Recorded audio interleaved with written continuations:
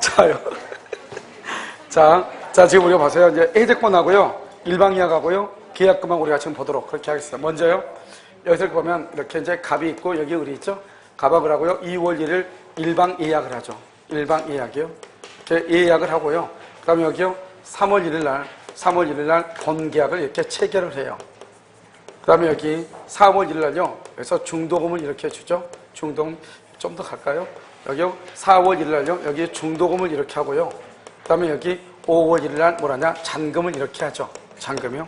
자, 지금부터 보면 여기서 이제 일방예약이라고 하는 거잖아요. 우리가 이제 이 일방예약하고 비교해야 되는 게 뭐냐면 일방행위요. 일방행위하고 비교를 해야 돼요. 이 일방행위라는 것은 이것은 뭐냐? 이것은 단독행위를 얘기해요. 단독행위.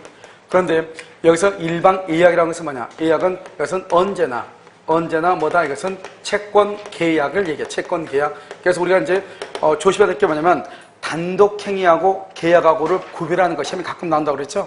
그래서 이 중에서 대표적인 게 바로 일방예약, 채권 계약이다 이런 말이죠. 또 뭐가 있죠? 유증하고 뭐하고 비교? 유증하고 증여하고 비교. 유증하고 증여. 그래서 우리가 기본적으로 몇 가지를 조심해야 되면, 여러분요, 주의를 해야 되는 것들이 있죠. 주의요. 주의를 해야 되는 것이 뭐냐면, 주의를 해야 될 것이, 첫 번째요, 여기 증여, 유증이라는 것이 있죠. 유증이 있고, 여기 해제권이 있죠. 해제권. 그 다음에 여기요, 일방예약, 이렇게 있다. 일방예약이요. 이렇게 했으면 이 지금 세 가지는 다요, 단독행위예요. 알겠죠? 유증은 상대방 없는 단독행위죠. 그 다음에 해제권은요, 상대방 있는 단독행위죠. 여기도 일방예약도, 일방행위죠. 일방행위도 단독행위죠. 그런데 유증하고 비교가 되는 게 뭐죠? 유증하고 이것을 증여예요. 증여는 뭐다? 증여는 계약이에요. 계약. 알겠죠? 해제권하고 비교된 게 뭐죠? 합의해제. 합의해제를 다른 말로 뭐라고 한다? 해제계약이라고 얘기하죠. 해제계약이요. 일방행위하고 비교된 게 뭐죠? 그것을 일방예약이라고 하는 것이 예약. 이 예약은 언제나 뭐다? 계약이죠. 계약. 그래서 이렇게요, 우리가 이제 이 세 가지를 비교해야 돼요. 그래서 여기서 일방예약에서 일방이란 말이 있다고 해가지고 이것을 단독이다 그러면 큰일 난다 이런 말이죠. 그 다음에 일방예약으로부터 뭐가 나온다고 그랬죠? 예약 완결권이라고 하는 것이 나오죠. 이 예약 완결권은 뭐냐? 이것은 형성권이에요. 그래서 여러분 형성권이니까 형성권은 어떻게 하는 것이냐? 먼저 형성권을 양도할 수 있고요. 그 다음에 이것을 상속할 수도 있고요. 그 다음에 가등기 할 수도 있고요. 채권자 대의권을 행사할 수도 있어요. 만약에 예약 완결권이 가등기가 돼 있으면 본계약을 체결하면서 등기를 해야 될 거 아니에요. 그러면 가등기에 의한 본등기를 청구할 때는 누구한테 한다? 양도인한테 한다? 양수인한테 한다? 양도인한테 한다. 이렇게 알고요. 그 다음에 형성권이니까 여기서 뭐다? 일방적 뭐가 있다? 일방적 의사표시 이렇게 얘기하죠. 여기서 일방적이라고 하는 말은 상대방의 뭐가 필요가 없다? 동의가 필요가 없다 이 말이고요. 이런 의사표시니까 말을 해야죠. 예를 들어서 갑이 을에게 예약 완결권 행사 여부에 대해서 체고를 해. 체고했는데 이 을에게 체고했는데 을이 아무런 말이 없다. 그러면 예약은 뭐한다? 예약은 효력을 뭐한다? 잃는다 이렇게. 예약은 효력을 잃는다 이렇게. 예약은 효력을 잃는다 이렇게. 알겠죠? 일방적 의사표, 일방적이니까 뭐다? 이건 단독행위죠. 그럼 단독행위는 조건을 붙일 수가 있다 없다? 우선 조건을 붙일 수가 없죠. 상대방의 동의가 있어야 조건을 붙일 수 있다. 이것을 예약 완결권이고, 예약 완결권은 형성권이죠. 형성권은 뭐에 걸린다? 형성권은 제척 기간에 걸리죠. 그래서 예약 완결권을 행사를 하면 당사자 간에 합의가 있어야 되고, 합의가 없으면 법의 규정에 따르고, 법의 규정이 없으면 몇 년이다? 그래서 아무 말 없으면 몇 년이다? 10년이다 이 말이죠. 그래서 제척기한은 누가 조사한다? 제척기한은 법관이 직권으로 조사한다. 이것은 항상 같은 세트예요. 그래서 형성권은 뭐다? 제척기간이고, 제척기간은 법관이 직권으로 조사한다. 그 다음에 우리가 예약 완결권의 경우는 당사자가 언제 행사할 것인가 합의로 정하고, 합의가 없으면 법률의 규정인 날을 보고, 법률의 규정이도 없다? 그럼 몇 년으로 본다? 10년으로 본다 이런 말이죠. 이것을 우리는 뭐라냐? 일방 예약이다 이렇게 하는데, 지금 여기에서 여러분요, 여기 있죠, 이 부분에 대해서 여러분 조금 알아야 된단 말이죠. 여기 이 부분하도 우리가 중요하듯이 여기에도 일방적 의사표시하는 것이 몇 가지가 아니냐? 4가지가 있단 말이죠. 첫 번째 뭐가 있다? 똑같은 것이 뭐가 있다? 첫 번째 추인권이 있다. 추인권이 있죠. 그 다음에 계약의 해제권이 있다. 그 다음에 우리 방금 했었는데 수익의 의사표시가 있다. 수익의 의사표시요. 그 다음에 이거 있다. 예약 완결권이 있죠. 완결권. 이 네 가지가요. 네 가지가 다 형성권이에요. 알았죠? 형성권이니까 뭐다? 일방적 의사표시 말로 해야 되죠. 다 말로 해야 돼요. 그래서 추인할래 말래 무건대를 했어요. 상대방이 본인한테 추인할래 말래 최고로 했어. 최고로 했는데 아무런 말이 없어요. 해적권 행사할래 말래 최고로 했어. 최고로 했는데 아무런 말이 없어요. 수익의 의사표시 할래 말래 최고로 했어요. 그런데 아무런 말이 없어. 예약 완결권 행사할래 말래 최고로 했어. 그런데 아무런 말이 없다 이 말이죠. 그러면 항상 반대로 가면 돼. 추인을 할래 말래 물어봤죠. 그러면 의사를 표시해야 추인이 돼. 그런 의사 표시를 했어 안 했어? 안 했죠? 그러니까 뭐로 간다? 추인 거절한 것으로 보고. 해적권을 행사할래 말래 물어봤죠? 아무 말이 없죠? 그러면 여기서 해적권은 뭐가 된다? 해적권은 소멸해. 소멸하고 수익의 의사를 표시할래 말래 물어봤어. 수익의 의사 표시 아무 말이 없어. 수익을 뭐 한 것이다? 거절한 것이다 이 말이고요. 예약 완결권을 행사할래 말래 물어봤어. 예약 완결권 아무런 말이 없네. 예약은 뭐한다? 효력을 뭐한다? 잃는다. 이렇게 잃는다. 그래서 반대로 간다 이 말이죠. 그래서 이 네 가지를 여러분요 항상 저기 세 가지하고 이 네 가지 언제나 같은 의미예요. 무슨 말인지 알겠죠? 그래서 이것을 이제 얘기하는 것이고, 그다음에 이제 일방 예약이라고 했죠. 일방 예약에서 본계약을 체결하죠. 그것을 예약 완결권을 행사한다 이렇게 얘기해요. 그러면 예약 완결권 행사하면 뭐가 이루어진다? 본계약이 성립하죠. 그럼 여러분요 여기서 본계약이 성립하면 그러면 어떻게 돼요? 여기서 본계약을 뭐라 한다? 이것을 주된 계약이다 이렇게 얘기하죠. 주된 계약. 그래서 본계약이 체결되면 여기서 우리가 보통 계약금 계약이라고 하는 것을 한다 이 말이죠. 계약금. 그럼 여러분요 계약금 계약이라고 하는 것은 뭐예요? 계약금. 이 계약금은 뭐란다? 이것을 종된 계약이라고 얘기하고요. 이것을 우리는 뭐란다? 요물 계약이라고 얘기하죠. 그럼 요물 계약은 아까 했었는데 요물 계약은 몇 가지가 있다? 네 가지가 있죠. 뭐가 있어? 현, 대, 계, 보 이렇게 네 가지가 있죠. 이것을 요물 계약이고, 요물이라는 것은 반드시 그것을 교부를 해야 돼요. 만약에 계약금으로 1,000만 원을 주기로 했다. 1,000만 원. 그럼 반드시 계약금 1,000만 원을 지급해야 계약금 계약이고, 계약금 1,000만 원을 지급하지 않으면 우린 것을 계약금 계약이라고 한다 안 한다? 안 하는 것이고. 그래서 이 계약금은 아무 말이 없으면 중도금을 지급하기 전까지 여기까지죠.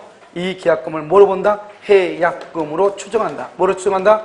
해약금으로 추정하니까 준 사람은 포기하고 받은 사람 몇 배를 주고? 2배를 주고 계약을 말 수 있다. 해제할 수 있다. 그래서 해약금으로 추정하는 것이다. 그 다음에 계약금 계약은요 본계약이 무효나 취소나 해제가 되죠. 그럼 당연히 계약금 계약도 소멸하는 것이다 이런 말이고요. 그 다음에 이 계약금 계약은 이 중도금 있죠. 중도금 이후 단계를 무슨 단계라고 한다? 이행 단계라고 하고, 이행 단계에서 이행을 하지 않으면 우린 그것을 뭐라고 한다? 채무 불이행이라고 얘기하는 것이고, 채무 불이행이 있으면 계약을 뭐라고? 해제하고, 그 다음에 원상 회복을 청구하고, 원상 회복, 그 다음에 손해배상을 청구할 수 있다 이런 말이죠. 이때요. 그런데 계약금에 의해서 계약을 해제하죠. 계약금에 의해서 계약을 해제할 때는 여기에서 계약금 계약을 해제한다 이런 말이죠. 여기에서요. 그래서 여기에서 계약금 계약을 해제할 때는 먼저 채무 불이행이다 아니다? 채무 불이행이란 말이 나올 수가 있어 없어? 없죠. 그래서 여기서 채무 불이행에 의해서 계약을 해제한다거나 원상 회복을 청구한다거나 손해배상을 청구한다거나 이런 말이 나올 수가 있다 없다? 없다 이런 말이고요. 그 다음에 우리가 계약금은 해약금에 의한 계약을 할 때는 이행 단계, 즉 중도금 지급하기 전인데 중도금이 만약에 4천이다. 그러면 중도금의 일부를 지급을 해도 무슨 단계다? 일부를 지급해도 무슨 단계? 이행 단계죠. 이행 단계가 되면 계약금을 포기하고 계약을 해지할 수 있다 없다? 없다 이런 말이고, 그래서 이행 단계가 되기 전까지 계약금을 포기하고 계약을 해제해야 되는 것이고, 우리가 중도금은 4월 1일인데 반드시 4월 1일 날 중도금을 지급할 필요가 없고 그 전이라도 중도금을 할 수 있다? 지급할 수 있다 없다? 있다. 그러면 이때부터 무슨 단계다? 이행 단계다. 계약금을 포기하고 계약을 해제할 수 있다 없다? 없다 이렇게 얘기하고, 그 다음에 여기에서 중도금 이후 단계 여기에서 여기에서 일방의 채무 불이행이 있다. 그래서 즉 갑이든 을이든 누군가의 채무 불이행이 있다. 그러면 채무 불이행이 있으면 손해를 배상을 해야 되거든요. 그럼 손해배상을 청구하려면 손해가 얼마인지 알 수가 있어요 없어요? 없죠. 그러니까 어떻게 돼요? 이런 경우에 대비해서 계약금이요, 이 계약금을 뭐로 하기로? 위약금으로 하기로 뭘 한다? 특약을 한다 이 말이죠. 이러한 특약이 있느냐 없느냐? 이러한 특약이 없다? 그러면 어떻게 한다? 실제 손해를 입증해서 청구를 해야 되고, 실제 손해를 이러한 특약이 있다? 그러면 이것을 뭐란다? 위약벌 또는 뭐로 본다? 손해배상에 뭐로 본다? 애정으로 추정한다 이런 말이죠.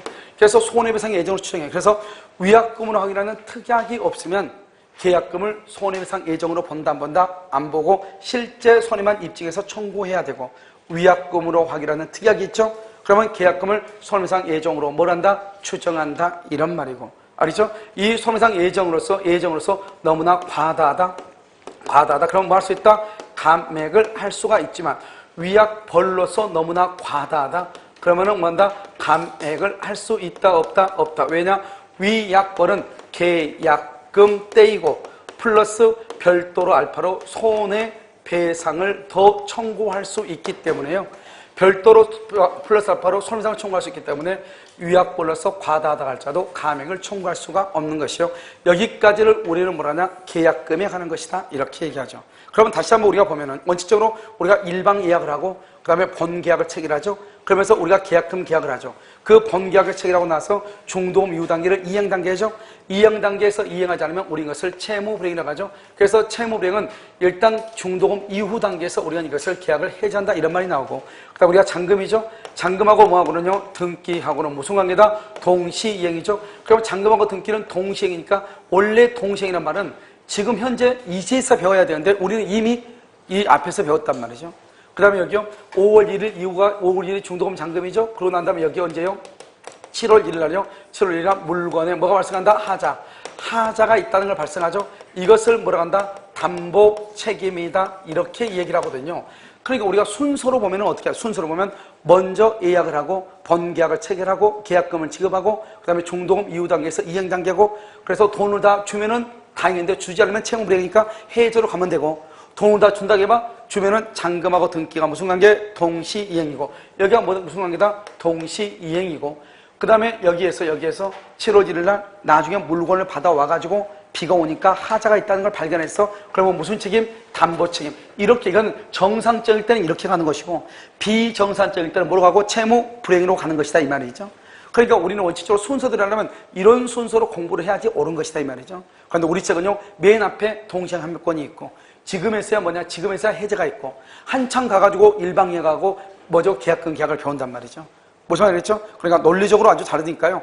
우리가 지금 법을 이해할 때는 공부할 때 뭐 이쪽 저쪽 관계 없잖아요. 처음 배울 때는 책의 순서가 중요하지만 지금은 흐름이 중요하기 때문에요. 이렇게 흐름에 대로. 그래서 우리가 정상적인 흐름으로 가면 이렇게 가는 거죠. 이렇게. 이쪽으로.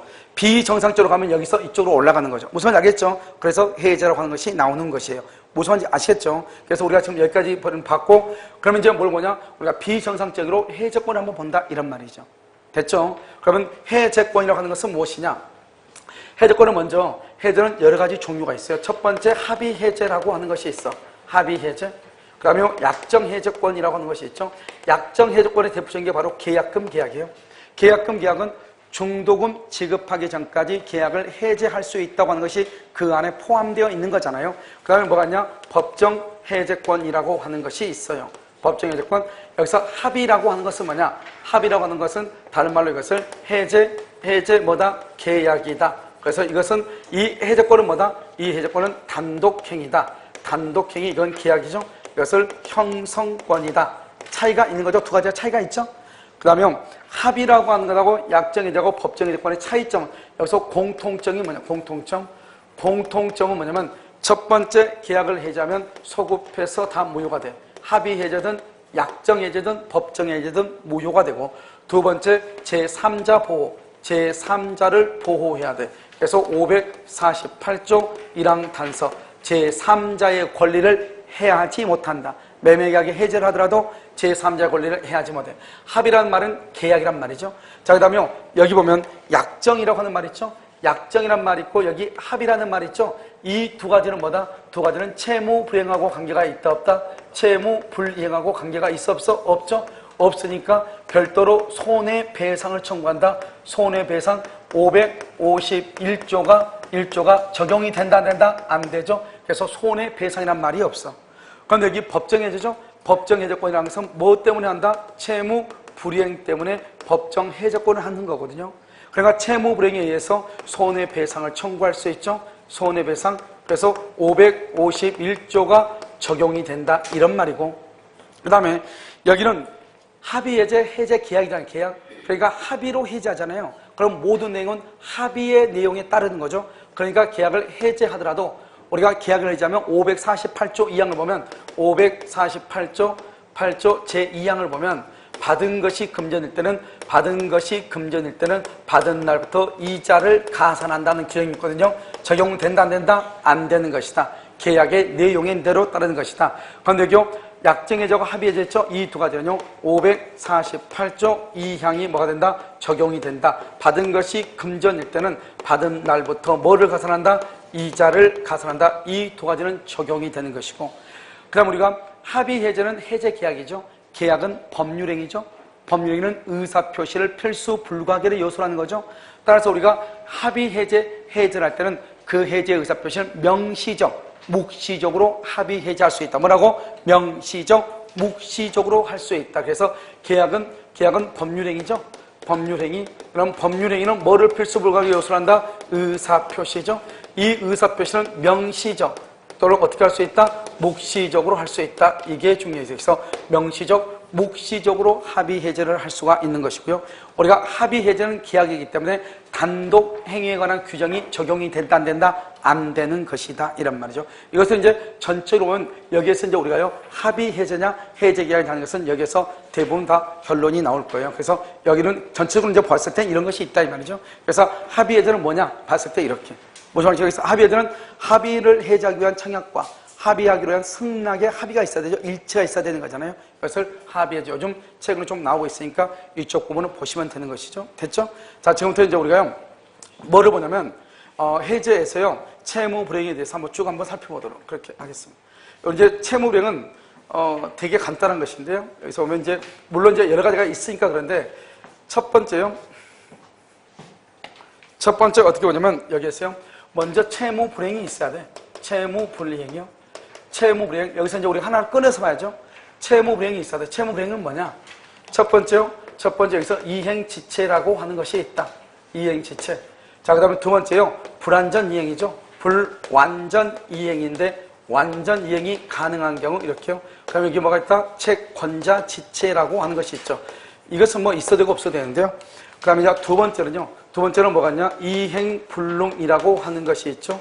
그 다음에 여기 뭐다? 이행 뭐가 있다? 거절이라고 하는 것이 있고, 그 다음에 여기 약정해제권이 있죠.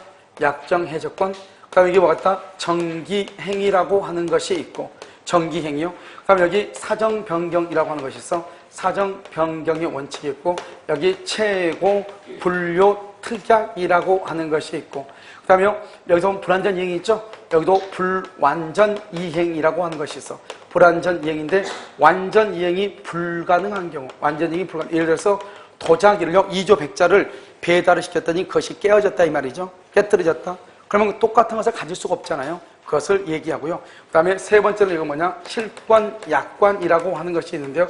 이것이 뭐 시험에 나올 가능성은 별로 없으니까 이 정도만요. 이렇게 채무불이행 있죠. 채무불이행에서 상당 기간 정에서 최고하고 이행을 하지 않죠? 그럼 여기서 해제에 뭘 한다? 해제의 의사를 표시하고, 그러면 뭐가 된다? 소급해서 무효가 되죠. 이렇게 잠깐 이걸 먼저, 여기를 먼저 다 정리를 한번 해야 돼요. 그럼 여기서 보면, 여기서 이렇게 돼 있죠? 여기서 이렇게요. 이렇게.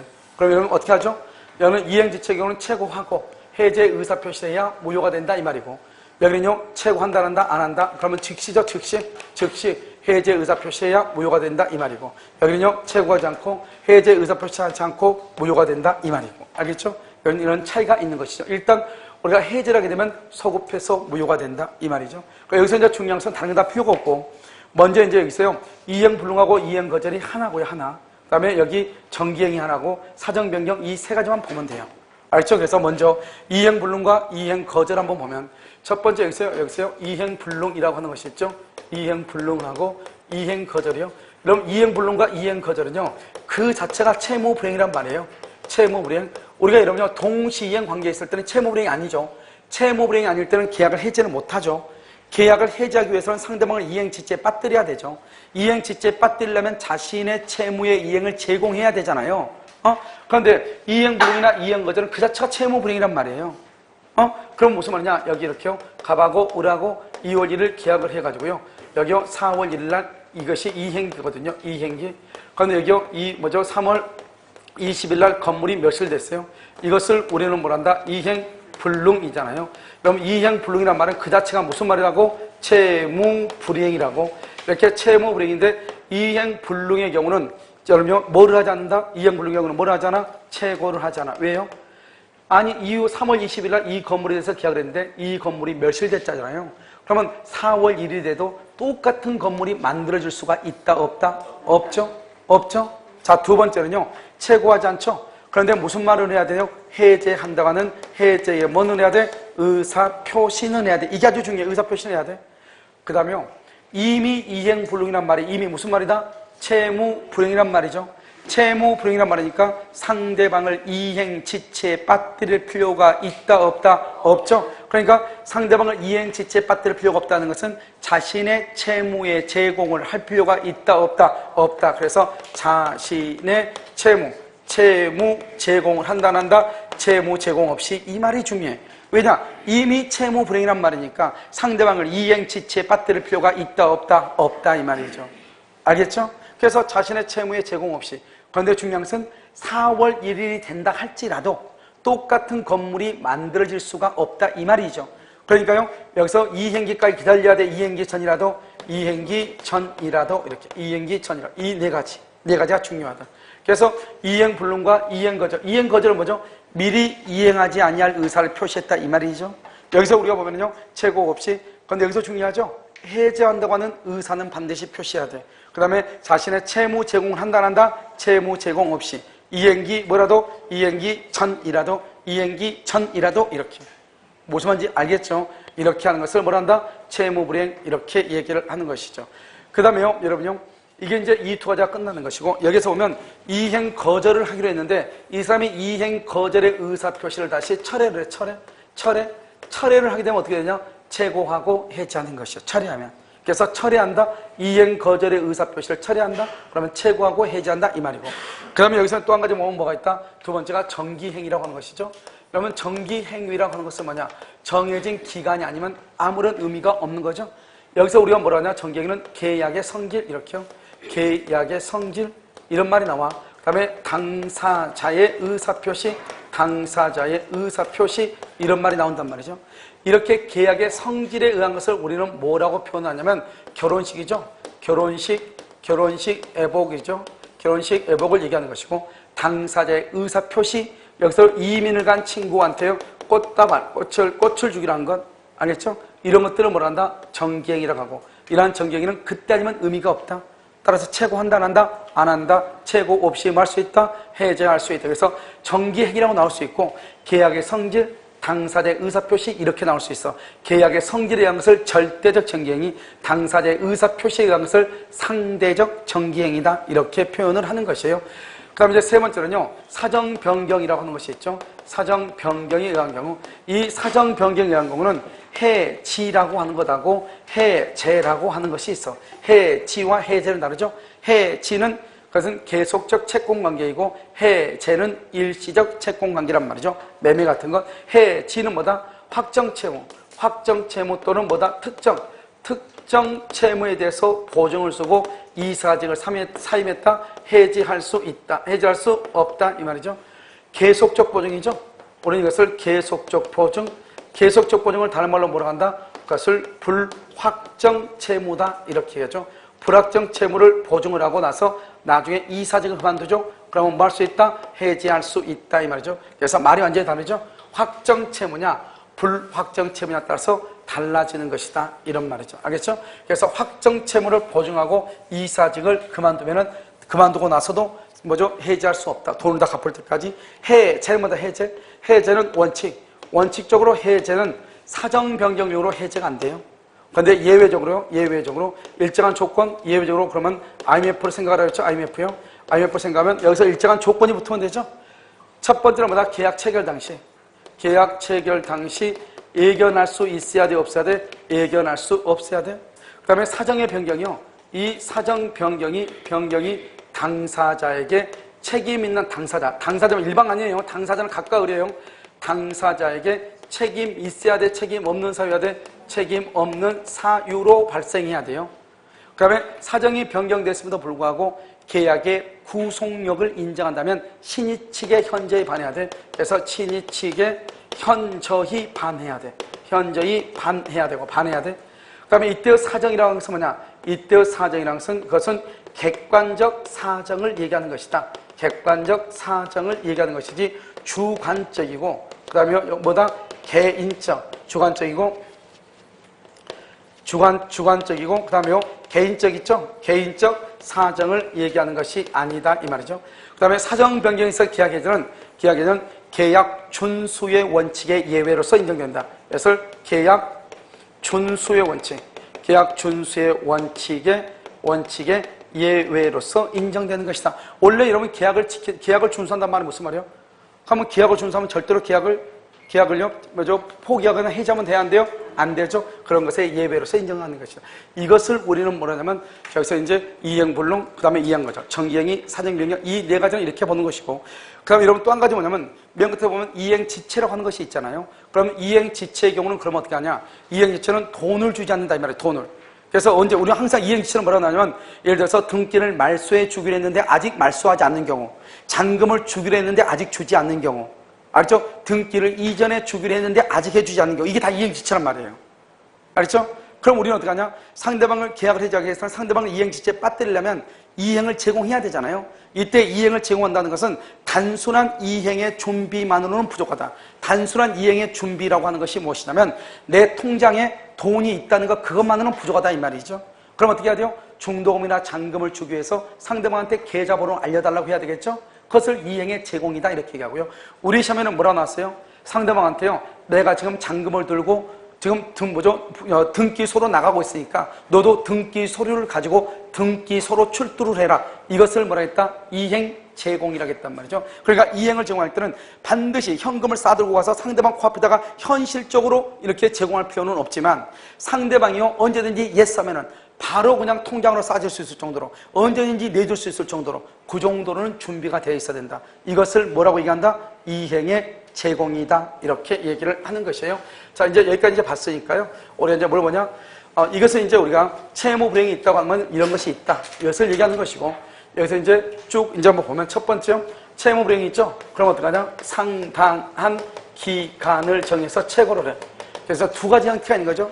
채무 불이행에서 상당한 기간을 정해서 채고해. 채고를 했는데 봐도 불구하고 이행을 하지 않죠? 그러면 뭐가 되냐? 해제권이 이제서야 발생을 해. 해제권이 발생을 해. 발생한 해제권에 의해서 뭐를 해야 돼? 해제한다고 하는 해제에 뭐를 해야 돼? 의사표시를 이렇게 해야 돼. 그래서 상당한 기간을 정해서 뭘 한다? 채고하죠? 상당한 기간이 만약에 예를 들어서 한 5일이다. 그러면 5일로 채고했죠? 이행하지 않죠? 해제권이 발생하죠? 해제한다고 하는 말을 해야 돼. 그런데 만약에 상당한 기간보다 짧게 한다. 짧게 이틀 만에 돈을 갚아라. 이틀 만에. 그것도 채고로서 효력이 있다. 알겠죠? 언제가 더 지나고 3일이 더 지나고 나서 해제권이 발생한다. 그러면 당장 시간을 정한 당장 돈을 갚아 채고했다. 그것도 채고로서 효력이 있다. 며칠이 더 지나고 5일이 더 지나고 해제권이 발생한다 이 말이죠. 그러니까 우리가 상당한 기간을 반드시 정해서 채고를 해야 되느냐? 그런 것은 아니다. 상당한 기간을 정하지 않더라도 일단 채고는 채고로서 효력이 있고 상당한 기간이 지난 후에 해제권이 발생한다 이런 말이고, 그 다음에 만약에 여기서 뭐가 있냐? 과다채고, 과다채고 또는 과대채고라고 하는 것이 있다. 그럼 과다채고는 채고로서 효력이 있다 없다? 채고로서 효력이 없다. 그래서 계약을 해제할 수 있다 없다? 없다. 그래서 이것을 얘기해요. 그래서 과다채고 과대채고는 채고가 아니다. 해제할 수 없다 이 말이고, 그 다음에 해제권이죠. 그러면 해제권은 뭐다? 해제권은 첫 번째 뭐다? 이것은 형성권이다. 해제권은 형성권이고, 형성권은 뭐다? 일방적 의사표시이다. 일방적 의사표시가 뭐다? 단독 행위이다. 이런 말이죠. 그래서 이것은 그냥 해제권만 가지고 설명하기 그러니까요. 지금부터 계약금을 가지고 설명을 해요.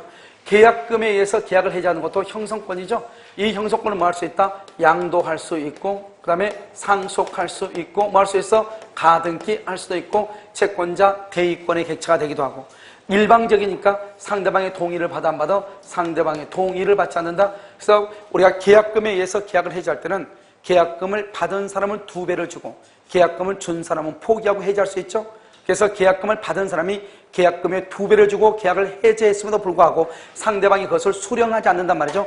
그렇다고 해가지고 그것을 계약금을 뭐 할 필요는 없다? 공탁시킬 필요는 있다 없다? 없다 이 말이고, 그 다음에 해제를 하기 위해서 뭘 해야 돼? 의사를 표시한다. 우리가 의사를 표시한다는 것은, 말을 한다는 것은 내가 지금 무슨 말을 하고 있다고 하는 사실을 알면서 표시하는 거죠. 이때 의사표시는 명시적으로 의사표시할 수 있고 묵시적으로도 의사표시할 수가 있다. 그럼 단독행위죠. 단독행위는 원칙적으로 조건을 붙일 수가 없다. 그러나 상대방이 동의하거나 또는 유언이나 유증이나 채무 면제와 같은 경우는 계약을 뭐죠? 조건을 붙일 수 있다 없다? 있다 이렇게 얘기하는 것이죠. 이건 이제 해제권이고, 해제권에 의해서 뭘 한다? 해제한다고 하는 해제의 뭐를 해? 의사를 표시를 하죠. 해제 의사 표시. 그러면 해제 의사 표시를 이렇게 한단 말이죠. 그러면 뭐가 된다? 소급해서 뭐가 돼? 무효가 되죠. 그래서 해제 의사 표시는 어떻게 하냐? 예를 들어서 이렇게 갑하고 을하고 병하고 이렇게 세 사람이 공동으로 공유하고 있는데 A하고 B가 공동 매수인다 이 말이죠. 그러면 해제권의 행사와 그다음에 해제권의 소멸이라고 하는 것이 있다 이 말이죠. 해제권의 행사는 어떻게 한다? 전원이 누구한테? 전원에 대해서 행사한다. 왜냐? 해제라고 하는 것은 우리는 계약 준수의 원칙에 입각해서 원칙적으로 계약을 해제하면 안 된단 말이죠. 그래서 되도록이면 계약을 해제를 못하게 하기 위해서 전원이 전원한테 계약을 해제하는 것이다. 따라서 소멸은 이 전원 중에서 1인 한 사람이라도 해제권이 소멸하거나 한 사람이라도 해제권을 포기하게 하면은 모두의 해제권이 뭐가 된다? 해제권이 뭐가 돼? 소멸하는 것이다 이 말이죠. 모두의 해제권. 그래서 한 사람의 해제권을 포기하면 모두의 해제권이 포기돼. 그럼 모두의 해제권이 소멸한단 말은 그러면 계약은 유효라는 말이에요? 무효라는 말이에요? 유효다. 유효. 해제권을 행사하지 못하니까 유효가 된다 이런 말이죠. 자, 그 다음에 이렇게 해제 의사표시를 하죠. 해제 의사표시하게 되면 어떻게 된다? 소급해서 무효가 되죠. 그래서 소급해서 무효가 돼. 여기서 갑이 있죠. 갑하고 을하고 여기서 2월 1일 계약을 체결을 하죠. 그 다음에 을한테요 3월 1일 날 등기를 하죠. 그럼 을이 소유자가 이렇게 되는 거잖아요. 그러면 갑하고 을하고 4월 1일 날 계약을 이렇게 해제를 하죠. 해제. 4월 1일 계약을 해제하면 어떻게 되냐? 해제권을 행사하게 되면 희한하게 2월 1일부터 소급해서 처음부터 소급해서 무효가 되고요. 그 다음에 을 앞으로 되어 있는 등기는 뭐가 된다? 여전히 무효가 되고, 그 다음에 을은 소유자가 아니다? 아니죠. 그래서 소유권이 어떻게 된다? 소유권이 갑에게, 소유권이 매도인에게 복귀한다. 그러니까 어떻게 되냐? 이 을의 점유는 무슨 점유가 된다? 해제가 됐다? 무슨 점유? 타주 점유가 되는 것이고, 여기는 187조에 의해서 뭐 없이? 등기 없이 소유권이 갑에게 복귀가 되는 것이고, 그래서 갑이 이제 소유자가 되죠. 그런데 등기는 을 앞으로 되어 있죠. 이 을의 등기를 실체관계에 부합하지 않는다고 얘기하고, 그러면 실체관계에 부합하지 않는 등기니까 이 등기를 말소 청구를 해야 되고, 말소 청구라는 것을 뭐라 한다? 원상회복 의무다 이렇게 얘기하죠. 원상회복. 그런데 이 원상회복을 누가 하는 것이냐? 소유자인 갑이 하는 것이죠. 그래서 갑을 뭐라고 얘기한다? 소유권의 기한, 소유권의 기한 방해 제거 청구라고 얘기하고, 이 소유권이라는 것을 뭐란다? 이것을 물권적 청구권이라고 얘기하는 것이고, 이 물권을 뭐란다? 소멸시효에 걸린다, 걸리지 않는다? 소멸시효에 걸리지 않는다. 그래서 우리는 매매계약을 해제하면 매매계약 해제로 인한 원상회복 청구권은 소유권에 대한 물권적 청구권으로서 소멸시효에 걸리지 않는다고 얘기하고, 매매계약 해제되면 소유권은 매도인에게 즉시 복귀하므로 매수인의 점유는 무슨 점유다? 타주 점유다 이렇게 얘기하고, 매매계약이 해제되면 187조에서 등기 없이도 소유권이 매도인에게 복귀한다 이렇게 얘기하는 것이에요. 그 다음에 소급해서 무효가 되죠. 소급해서 무효가 되니까 제3자 보호라고 하는 문제가 발생하죠. 그래서 제3자 보호는 어떻게 하는 것이냐? 여기 2월 1일 계약을 체결을 하죠. 체결하고 여기 4월 1일 계약을 해제하죠. 그 다음에 5월 1일 말소 등기를 이렇게 하죠.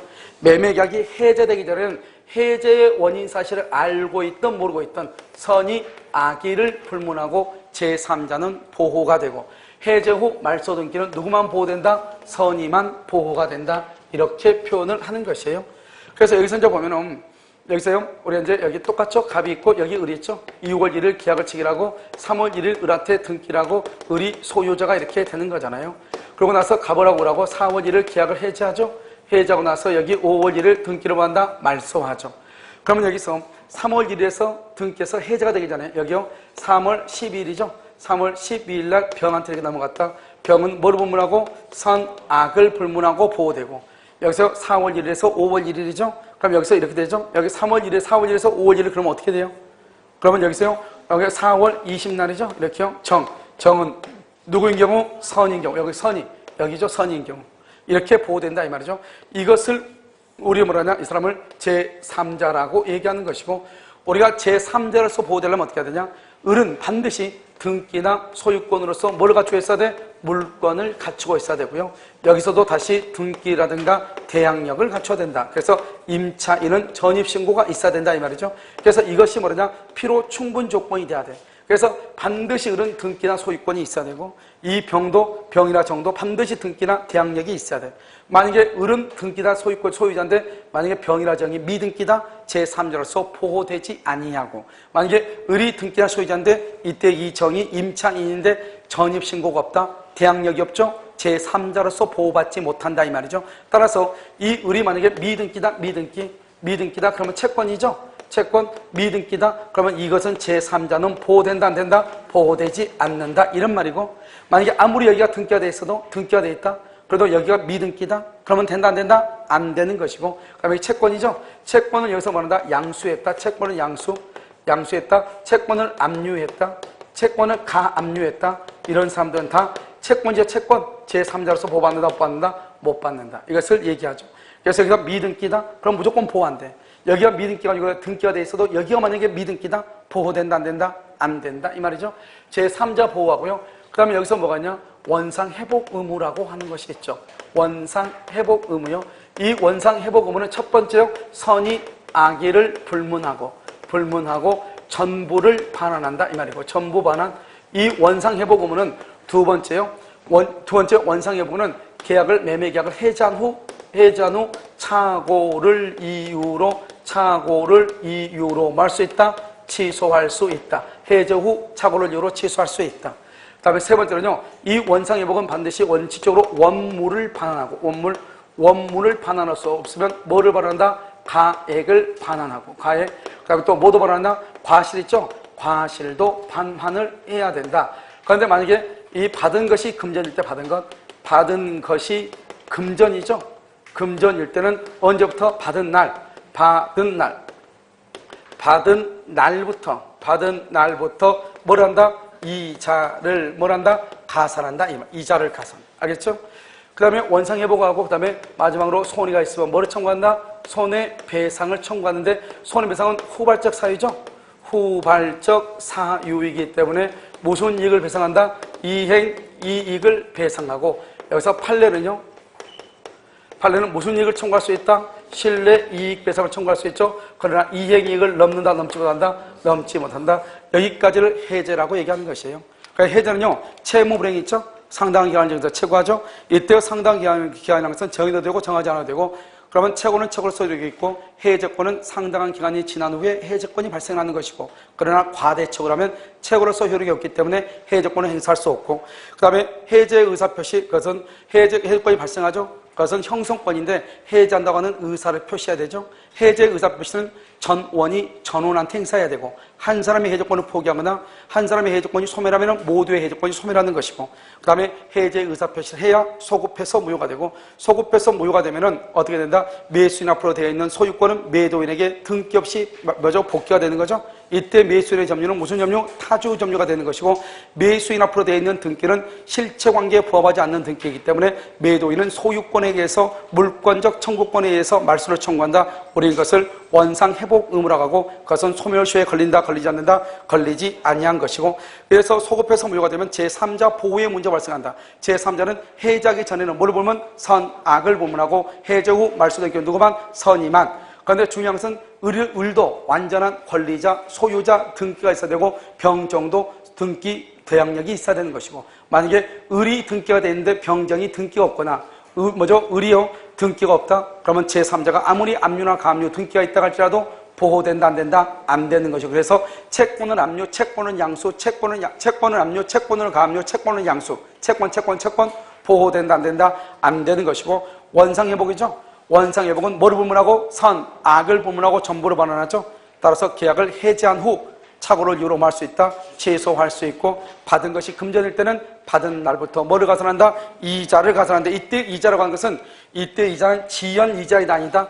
이것은 지연 이자가 아니고 뭐다? 그것은 부당 이득의 성질이다, 이런 말이고, 그 다음에 그래도 손해가 있으면 551조에서 손해배상을 청구할 수 있다. 이때의 손해배상은 이행이익배상의 원칙이지만 그것은 판례는 신뢰이익배상을 청구할 수 있고, 신뢰이익배상을 청구한다 할지라도 이행이익은 넘지 못한다, 이렇게. 그래서 판례가 계약을 해지하고, 우리 법조문에는 계약을 해지하면 원상회복 의무는 동시행이다, 이렇게 나와 있는데, 판례는 원상회복 의무뿐만 아니라 손해배상 청구권까지도 동시행이다, 이렇게. 알겠죠? 잠깐 쉬도록 그렇게 하겠습니다.